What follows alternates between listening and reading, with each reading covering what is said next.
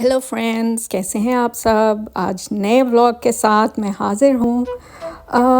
जैसे कि मैंने कहा था, इस व्लॉग में आपको दुबई और यूके दोनों की तरफ से आपको मज़े मिलेंगे।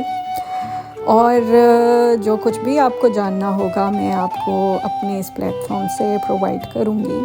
तो आज मैंने कहा कि मैं यूके की एक लॉन्ग ड्राइव पे निकली हूँ और साथ आपको भी दिखाऊँ और थोड़े यहाँ की सीनरी दिखाऊँ और साथ साथ आपसे कोई गपशप करूँ।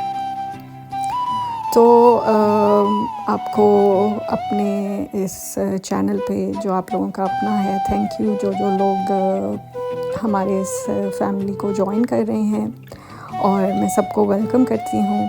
और जो कुछ भी आप मेरे इस कंटेंट, मुझे जिस तरह का भी आप लोग कहेंगे वो आपको कंटेंट अवेलेबल होगा इस चैनल पे।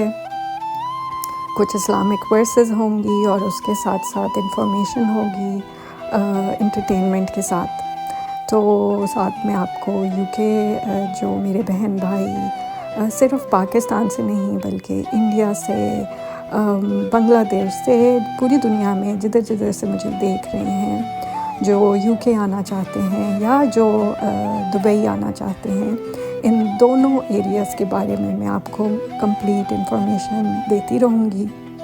जैसे जैसे आप लोग चाहेंगे उस तरह की इन्फॉर्मेशन आप लोगों को मिलेगी।